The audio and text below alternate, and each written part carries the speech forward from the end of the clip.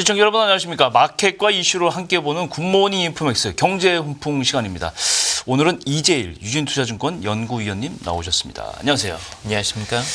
어제부터 우리가 테슬라 얘기 계속 하고 있어요. 네. 예, 테슬라 얘기 안 할 수가 없는데 뭐 매출하고 순이익이 매출은 뭐 증가세가 느려지고 순이익은 반토막이 나고 이래서 이제 주가가 출렁이었는데 일단 정리를 좀 해볼까요? 뭐 실적은 말씀하신 대로 매출도 이제 전년비의 역성장을 기록을 하면서 성장세가 꺾였고요. 예. 그리고 순이익 같은 경우는 더 큰 폭으로 감소를 하면서 지난해랑 비교했을 때는 거의 절반 이하로 이제 내려갔습니다. 예. 당연히 이제 실적이 안 좋았는데 원인을 보게 되면은 뭐 일단 차가 안 팔렸다 이렇게 정리를 할 수 있을 것 같습니다. 예. 사이버 트럭을 작년에 이제 출시를 했는데 지금 아직까지도 생산이 원활하게 되지 않으면서 사이버 트럭 출시가 좀 많이 이런 출고가 많이 지연이 되고 있는 모습이 나타나고 있고요. 예. 테슬라의 기존 주력 모델이라고 할 수 있는 모델 3나 모델 Y 같은 경우에도 상당히 좀 출시된 지 좀 시간이 되다 보니까 모델 노후화도 진행이 되고 뭐 이런 측면에서 소비자들의 수요가 좀 떨어지고 있는 점이 지금 테슬라 실적의 부진 원인이다라고 볼 수 있습니다. 그럼에도 불구하고 물론 테슬라 주가가 많이 떨어졌어요. 고점 네. 400달러 넘어섰는데 이게 지금 100달러대니까 굉장히 그렇죠. 많이 떨어진 상태인데 이제 시간에서 오르더니 이 실적 발표 이후에 이틀째 올랐단 말이에요, 사실. 네, 맞습니다. 이건 어떻게 생각을 해야 됩니까? 뭐 일단 첫 번째로 뭐 앞서 말씀드린 이런 부진한 부분들은 월별 판매 데이터를 확인을 하면서 연초율 주가 조정을 통해서 이미 선반영된 이슈다라고 좀 볼 수 있을 것 같고요. 예. 그리고 또 두 번째로 보게 되면은 어제 이제 실적 발표를 하면서 일론 머스크가 굉장히 많은 미래 계획들을 발표를 했습니다. 예를 들어서 모델 2라고 이제 시장에서 이끌어지고 있는 네. 저가형 모델들의 출시 계획이라든지 뭐 아니면은 뭐 사이버 트럭 램프업 플랜, 뭐 세미 트레일러를 언제 이제 출시를 하겠다. 뭐 거기에 더해서 옵티머스라는 이 로보틱스 관련된 부분들 그리고 FSD 자율주행 플랜들 이런 것들을 굉장히 종합적으로 다 발표를 했기 때문에 테슬라가 가지고 있는 근본적인 강점이라고 볼 수 있는 AI나 소프트웨어, 로보틱스 이런 부분들이 강점이 부각되면서 주가가 이제 반등세가 나타났다라고 볼 수 있습니다. 내용적으로 그런데 저는 제가 생각하기에는 이 주가 반등은 일론 머스크가 살려놨다. 네, 그 그렇죠. 컨퍼런스 콜에서 완전히 정말 얘기 잘하던데요, 보니까. 여기서 보면 내년에는 꼭 출시하겠다면 이런 약속도 약속이지만은 왜 왜 지금 일시적으로 이렇게 주춤하는지에 대해서 잘 설명을 하고 미래 희망에 대해서 얘기를 방금 말씀하신 그런 분야에 대해서 얘기했는데 저가 모델을 생산하는 계획이 있다. 이거를 이제 시장에서 의심하는 건데 일부 보도도 좀 나가고 네. 이게 이제 강력하게 아니다. 내년에는 출시하겠다. 이렇게 얘기하는 게 좀 핵심이 아닌가 싶은데, 그죠? 그 부분도 이제 상당히 중요한 포인트가 될 것 같습니다. 예. 뭐 얼마 전에 로이터 통신에서 이제 부품사들의 어떤 코멘트를 언급을 하면서 테슬라가 모델 2 출시 계획을 연기한 것 같다. 내지는 뭐 아예 취소가 된 것 같다. 이렇게 좀 자극적으로 이제 기사가 나왔었고, 근데 사실 거기에 대해서는 즉각적으로 이렇게 반박을 하긴 했습니다. 저거는 전혀 사실 아니다라고 일론 머스크가 얘기를 하긴 했는데, 뭐 그럼에도 불구하고 정말로 연기가 되는 거 아니냐라는 이제 시장의 의구심이 있었던 것 같습니다. 근데 그렇게 된 원인을 보게 되면은 결국에는 지금 중국산 전기차들이 굉장히 싸게 많이 나오고 있거든요. 그렇죠. 그래서 옛날 같았으면은 25,000달러 전기차라는 게 이 정도면은 정말 싸가지고 시장에서 어필할 수 있겠다라고 생각을 했는데 이제는 뭐 BYD 같은 경우는 $10,000 미만 전기차가 나오고 이러다 보니까 25,000달러도 비싼 거 아니냐. 아예 계획 자체를 전면 수정해야 된다는 얘기가 나오면서 그러면서 이제 연기설이 좀 힘을 받았던 것 같습니다. 근데 지금 보게 되면은 모델 3나 모델 Y도 가격이 내려가고 있는데 그렇죠. 전체적으로 배터리 팩 코스트도 많이 떨어지고 있고 그리고 어떤 제조 효율성도 올라가면서 원가가 내려가는 부분들이 있기 때문에 뭐 이런 거를 반영해가지고 더 가격을 내릴 수 있다고 한다면은 또 뭐 경쟁이 있는 가격대에서 모델 2가 또 출시가 될 가능성도 있지 않나 생각이 됩니다. 모델 2 같은 경우는 뭐 엔트리 버전 같은 경우는 뭐 3만 달러 얘기도 나오고, 그죠?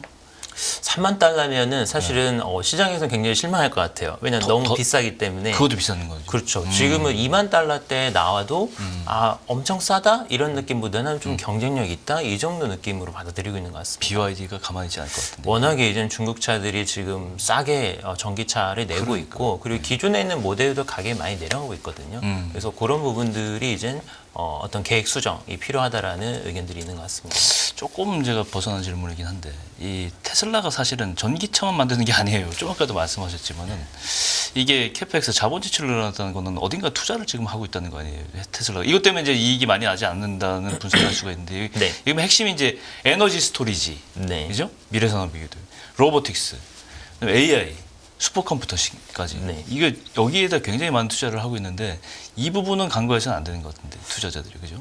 그렇죠. 그래서 이번에 그 부분에 대해서 일론 머스크가 굉장히 좀 강하게 짚어준 부분들이 이제 주가 반등에 유효했다라고 보고 있는데 가장 큰 건 이제 FSD 관련된 부분인 것 같습니다. 뭐 테슬라의 본업인 전기차 비즈니스랑 가장 직접적으로 연계가 돼 있고 그리고 많은 소비자들이 테슬라를 선택했었을 때 사실은 소프트웨어적인 경쟁력을 보고선 다른 자동차 대비해서 테슬라를 또 선호를 하는 거거든요. 맞아요. 그래서 이 FSD 로보택시 뭐 사이버캡이라고도 이제 표현을 하는데 이거를 8월 중에 공개를 하겠다라고 이제 일론 머스크가 다시 한번 강조를 했습니다.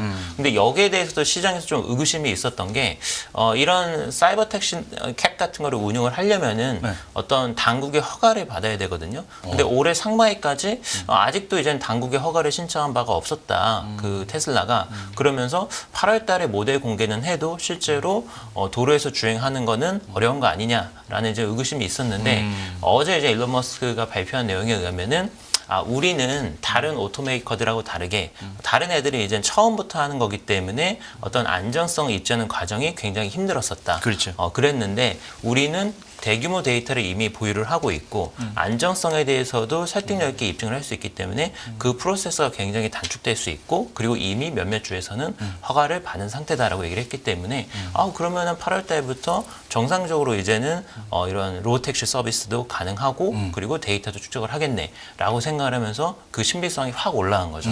그래서 그 부분도 이제 8월 달에 대한 기대감을 굉장히 또 높게 가져갈 수 있는 포인트가 됐던 것 같습니다. 그렇군요.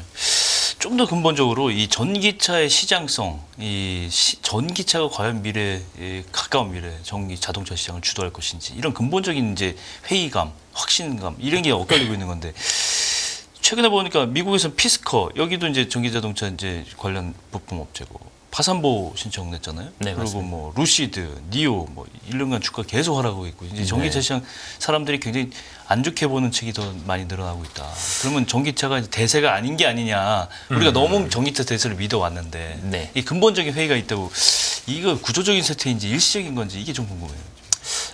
이거는 장기적인 방향성 자체는 뭐 유지된다라고 봐야 될 것 같습니다. 그러니까 뭐 저희가 2030년이나 뭐 그 이유를 본다라고 하면은 뭐 이제 전혀 변화가 없는데 단기적으로 한 2, 3년 정도를 보게 되면은 원래 생각했던 성장 곡선보다는 상당히 좀 낮을 수밖에 없는 좀 그런 상황이 되고 있는 것 같아요. 그러니까 너무 이제 기대치를 높게 잡았었는데 그렇죠. 생각보다 인프라도 조금 덜 깔려 있고 그리고 가격도 생각보다 높은 상황에서 소비자들이 전기차에 대해서 약간 좀 특히 미국 소비자들 같은 경우에는 네. 아직까지는 좀 거부감이 좀 있거든요. 그래서 이게 약간 좀 시간이 걸릴 수밖에 없다. 그리고 그 와중에 하이브리드 차 중에 전기차의 어떤 대안으로서 대안 친환경차로서 또 부상을 하다 보니까 앞으로 뭐 한 3년에서 5년 정도는 하이브리드 차도 굉장히 중요한 포션을 가져가면서 비율을 늘려가고 전기차는 조금 더 점진적으로 늘어나지 않겠나 이런 의견들이 지금 나오고 있는 상황입니다.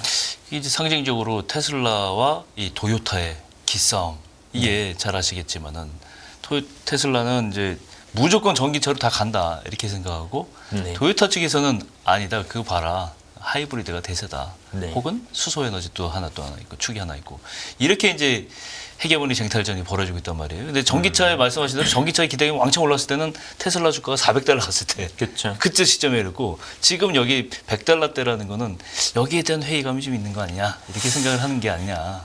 뭐 사실 지금 뭐 실질적인 판매 데이터상으로도 뭐 몇몇 국가에서는 이미 전기차 판매가 역성장을 나타내기도 합니다. 뭐 예를 들어서 뭐 독일 같은 경우에도 올해 1분기 때 판매가 역성장을 했는데 그 전까지는 사실 보조금이라든지 이런 정부 정책들이 굉장히 강력하게 들어갔었거든요. 근데 이제 보조금도 이제 거의 없애는 분위기로 가고 있고 네.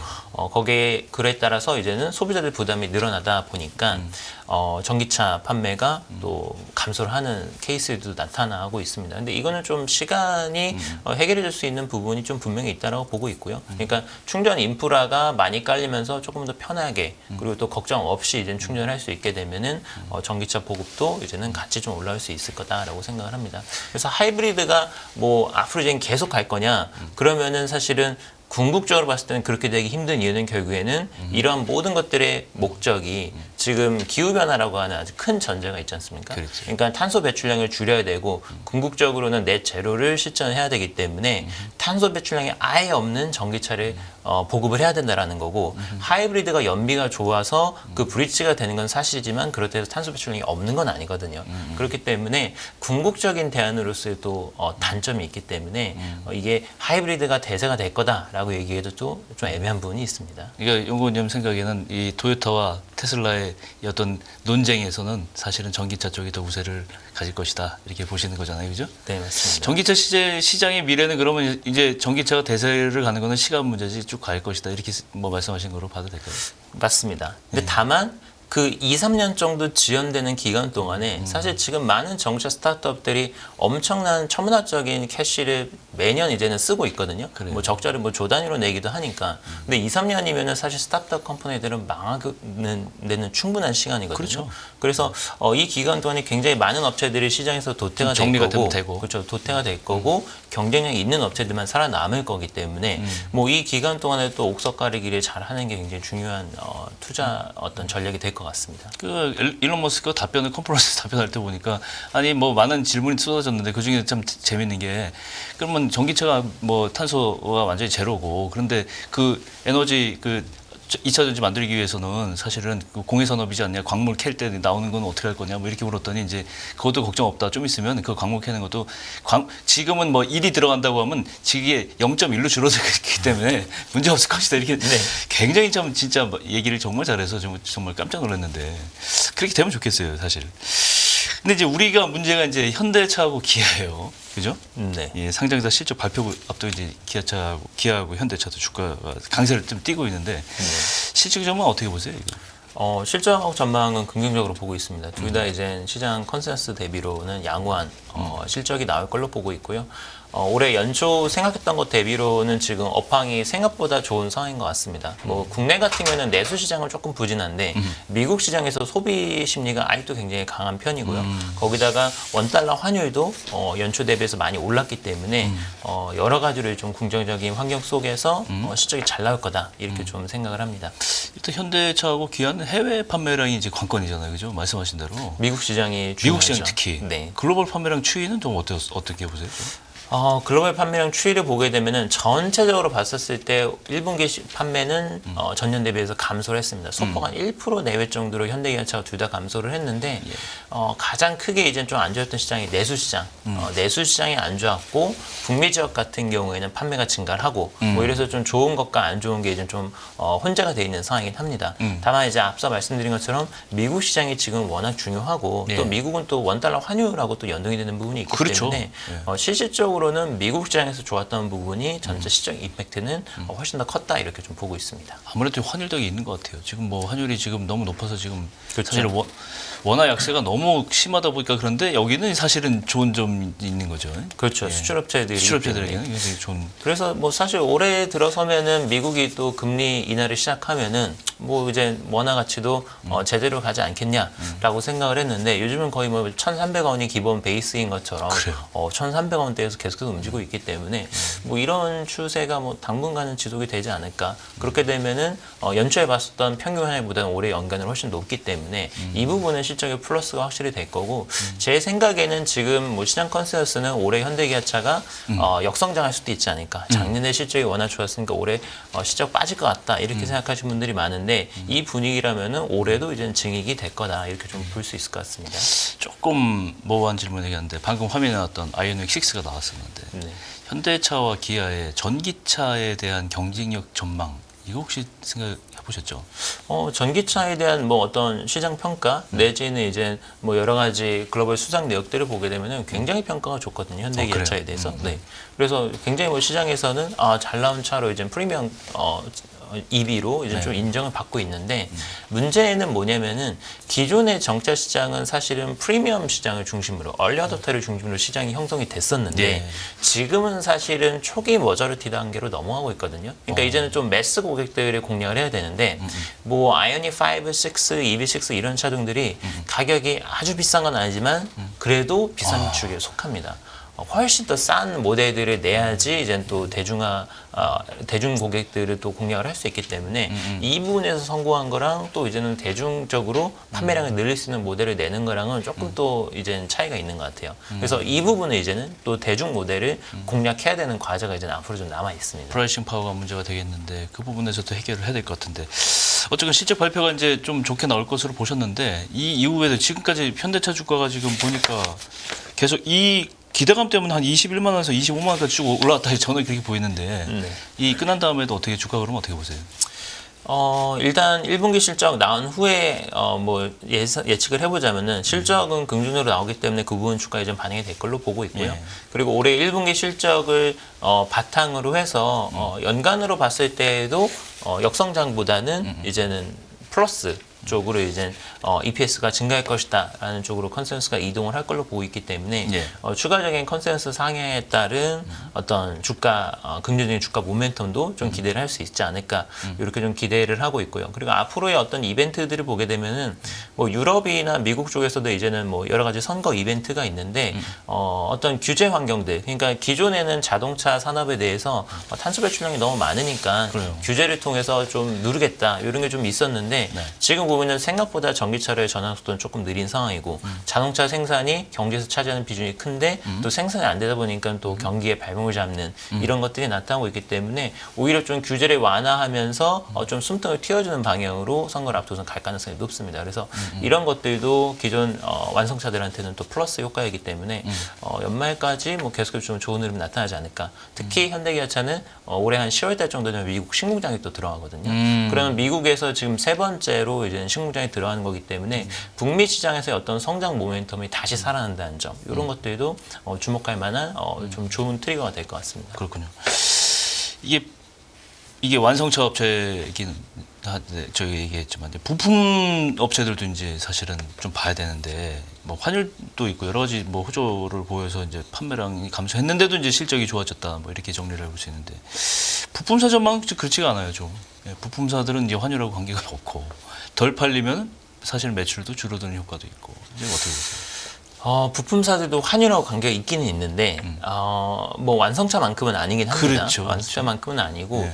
그리고 지금 부품사들이 가지고 있는 좀 근본적인 문제가 뭐냐면은 사실 대형 부품사들이 웬만한 대형 부품사들이 사실 지금 전기차 쪽으로 부품들이 많이 공급을 하고 있거든요. 예. 그리고 전기차가 작년부터 나온 신차들을 보게 되면은 전기차 쪽으로 굉장히 많이 몰려 있습니다. 그리고 전기차가 또 프리미엄급으로 나가다 보니까 어떤 새로운 기술들, 어떤 새로운 고가 제품들이 많이 들어가서 이 전기차 판매가 부품사들 실적하고 상당히 좀 많이 연계가 되는 측면이 있습니다. 근데 지금 보면은 대규모 투자를 단행한 상태에서 네. 전기차 생산량이 다들 기대치보다 못한 상태거든요. 이거는 뭐 현대기아차뿐만 아니라 글로벌 메이커들이 다 공통적으로 전기차 판매 어떤 생산 목표치를 미달을 하고 있기 때문에 네. 부품사 입장에서 사실은 수익성을 확보하기 굉장히 어려운 상황입니다.